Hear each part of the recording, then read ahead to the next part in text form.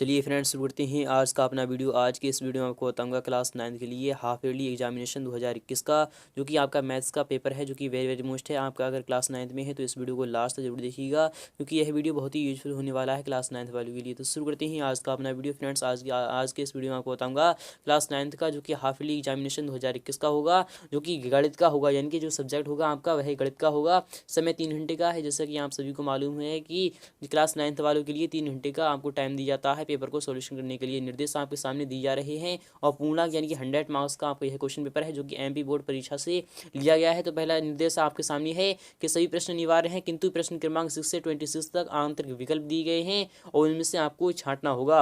और प्रश्नों के सम्मुख अंक उनके अंकित हैं, यानी कि वह क्वेश्चन कितने अंक का है आपके सामने जैसे यहाँ पर दिया जा रहा है, कुछ इस प्रकार से यहाँ पर दिया जाएगा।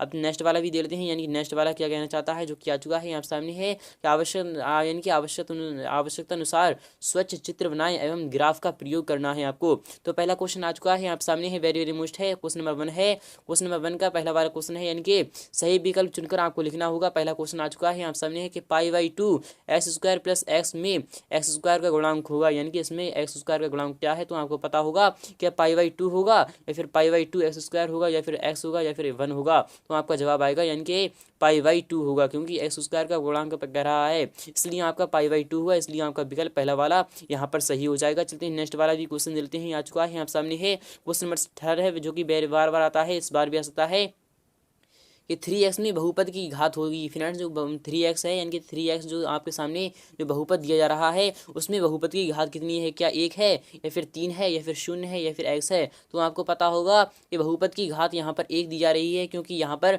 सिंगल है, इसलिए आपका जवाब आएगा पहला वाला ऑप्शन आपका सही हो जाएगा। नेक्स्ट वाला भी क्वेश्चन लेते हैं। आ चुका है आप सामने है कि x = 0 पर 5x - 4x² + 3 का मान क्या आएगा। तो मैं आपको बता रहा हूँ कि जब x = 0 है तो 5x यानी कि जब 0 आ जाएगा, -4 जब ये भी 0 आ जाएगा, तो आपका आंसर आएगा निकलकर 3, यानी कि 3 आएगा, क्योंकि यहाँ पर ये 0 हो जाएगा, ये भी 0 हो जाएगा और 3 आपका प्लस का बचा रहेगा, इसलिए आपका विकल्प यानी थर्ड वाला सही हो जाएगा।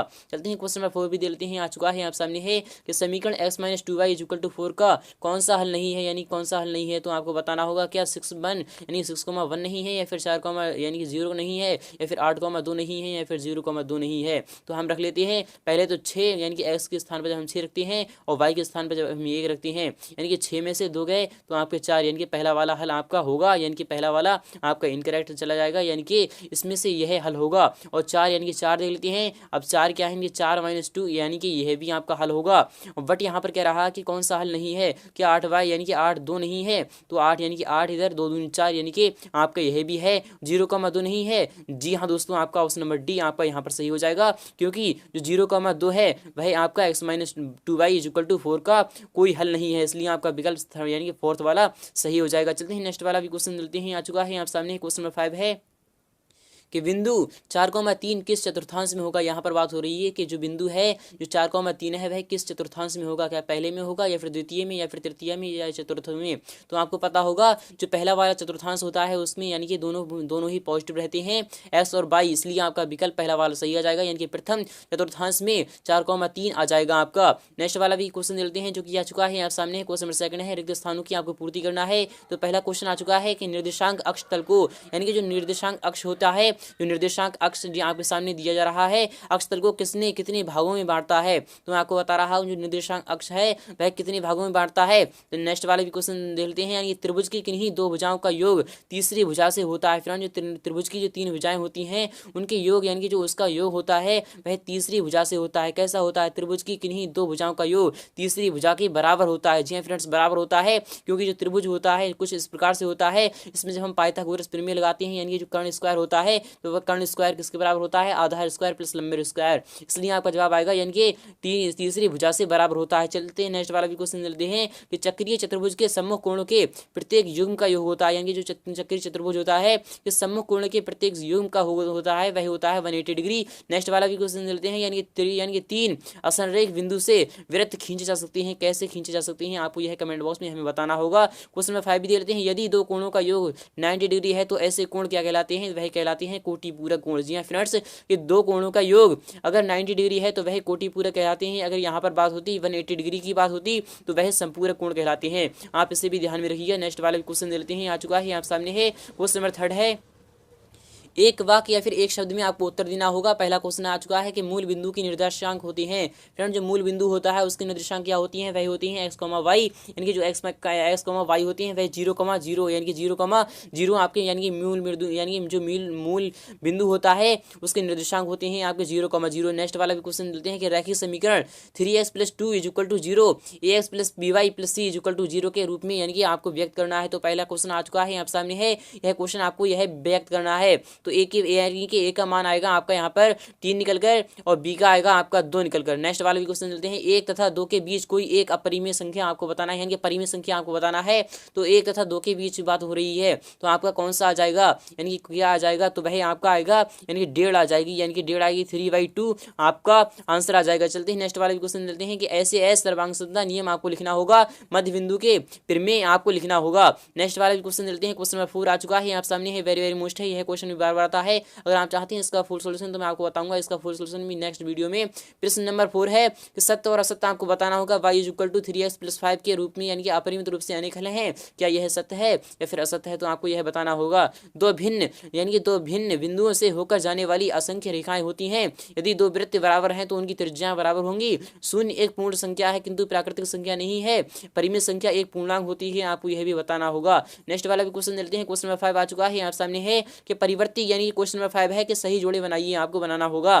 तो परिवर्ती कोण किसे कहती हैं? समबाहु त्रिभुज का प्रत्येक कोण कितना होता है? समबाहु त्रिभुज का जो कोण होता है वह प्रत्येक कोण आपका 60 डिग्री होता है। आयत का जो प्रत्येक कोण होता है, जो आयत का प्रत्येक कोण होता है वही 90 डिग्री होता है। आपको यह पता होगा कि आयत कुछ इस प्रकार से होता है, इसका पहला कोण और दूसरा कोण तीसरा कोण सभी 90 डिग्री होते हैं। चतुर्भुज के चारों कोणों का योग कितना होता है? 360 डिग्री होता है।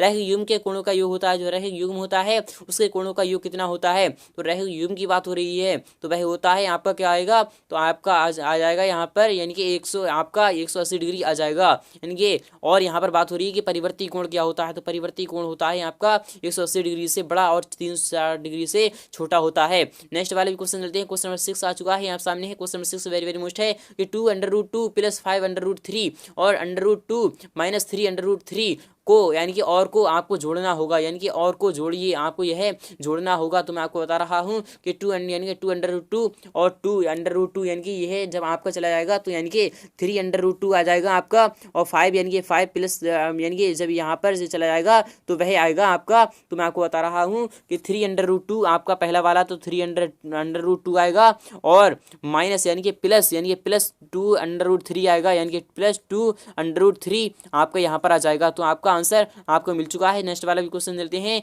कि 6√5 को 2√5 से गुणा कीजिए, आपको यह गुणा करना है। तो 2 छक यानी कि 2 छक 12 होते हैं, 12 पंजे 60 यानी कि आपका 60 आंसर निकल के आ जाएगा। यह क्वेश्चन भी आपका 2 अंक का होगा।